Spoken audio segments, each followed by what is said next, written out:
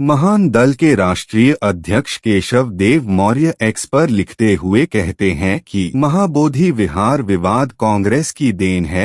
BTMC act के खिलाफ महाबोधि विहार बौद्ध स्थल मुक्ति के लिए आंदोलन करने वाले नौजवान शायद नहीं जानते कि ये एक्ट कांग्रेस के सरकार शासनकाल में ब्राह्मणों को बौद्ध स्थल पर काबिज करने की नीयत से बनाया गया, लेकिन आंदोलन का नेतृत्व करने वाले जितने भी शाक्य सैनी कुशवाहा नेता हैं, उनमें से कोई एक भी कांग्रेस के विरुद्ध कुछ भी बोलने के लिए तैयार नहीं है। बीटीएमसी एक्ट क्या है? बीटीएमसी एक्ट यानी Bodhgaya temple management committee act 1949 Bharat के बिहार राज्य में स्थित महाबोधि मंदिर बोधगया के प्रबंधन और प्रशासन को नियंत्रित करने वाला कानून है। यह एक्ट महाबोधि मंदिर, जो बौद्ध धर्म का सबसे पवित्र स्थल है, के प्रबंधन के लिए एक समिति Bodhgaya temple management committee BTMC के गठन और उसके कार्यों को परिभाषित करता है। इस समिति में बौद्ध और गैर बौद्ध, मुख्य रूप से हिंदू सदस्य शामिल होते हैं, जो मंदिर के धार्मिक और प्रशासनिक कार्यों को देखती है। एक्ट के तहत समिति में 9 सदस्य होते हैं, जिसमें 4 बौद्ध और 5 हिंदू सदस्य शामिल होते हैं, और जिला मजिस्ट्रेट समिति का पदेन अध्यक्ष होता है। भारत के अंदर एक बड़ा आंदोलन चल रहा है, महाबोधि आंदोलन, उस पर सर क्या स्टेटमेंट है? देखिए, बाबा साहब डॉक्टर अम्बेडकर ने कहा था सारे दलित पिछड़ों को कि ये सब कुछ छोड़कर, या आंदोलन छोड़कर, जितना आंदोलन में ताकत लगती है उतना ही अपने मनपसंद पार्टी को सरकार में ले दो। आंदोलन की आवश्यकता नहीं पड़ेगी, संसद भवन पर कब्जा करो, वही सत्ता सारे बंद दरवाजों की चाबी है।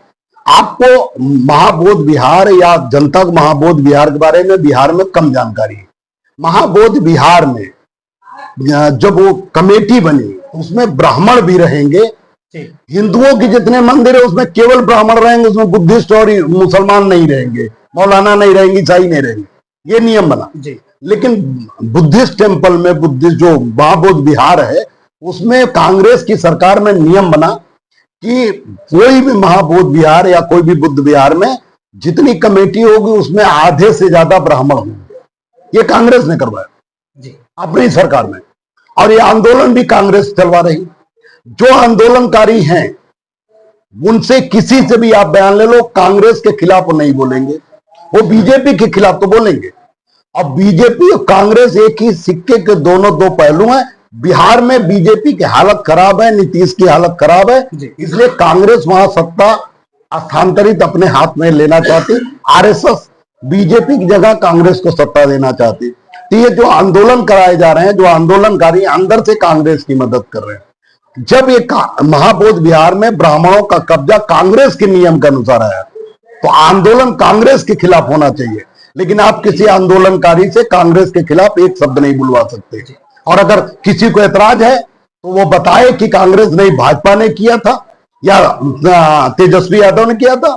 मैं बिहार में अगर मेरी आवाज जा रही हो तो मैं बिहार में ये कहना चाहता हूं कि बिहार में, बिहार के जितने लोग भाजपा से दुखी हैं, दलित पिछड़े, वो सभी तेजस्वी यादव को वोट दे के सरकार बनाए। कांग्रेस को सरकार बनाना, बीजेपी की सरकार बनाना, दोनों एक ही मतलब है, उनमें कोई आपको परिवर्तन नहीं बनेगा। दोनों मनुवादी व्यवस्था की पार्टी है, दोनों ब्राह्मणवादी व्यवस्था की पार्टी है, दोनों सामंतवादी व्यवस्था की पार्टी, दोनों दलित पिछड़ों अल्पसंख्यकों को दुश्मन है, भाजपा और कांग्रेस दोनों। किस पार्टी के शासनकाल में आया? बीटीएमसी एक्ट 1949 में लागू हुआ, जब भारत में कांग्रेस पार्टी की सरकार थी। उस समय केंद्र में जवाहरलाल नेहरू के नेतृत्व में कांग्रेस की अंतरिम सरकार थी, जो स्वतंत्रता के बाद 1947 से सत्ता में थी। बिहार में भी कांग्रेस की सरकार थी और श्रीकृष्ण सिंह राज्य के पहले मुख्यमंत्री थे। इसलिए यह एक्ट कांग्रेस के शासनकाल में पारित हुआ। हालांकि इस एक्ट के पीछे की प्रेरणा और ऐतिहासिक संदर्भ को लेकर कुछ विवाद हैं।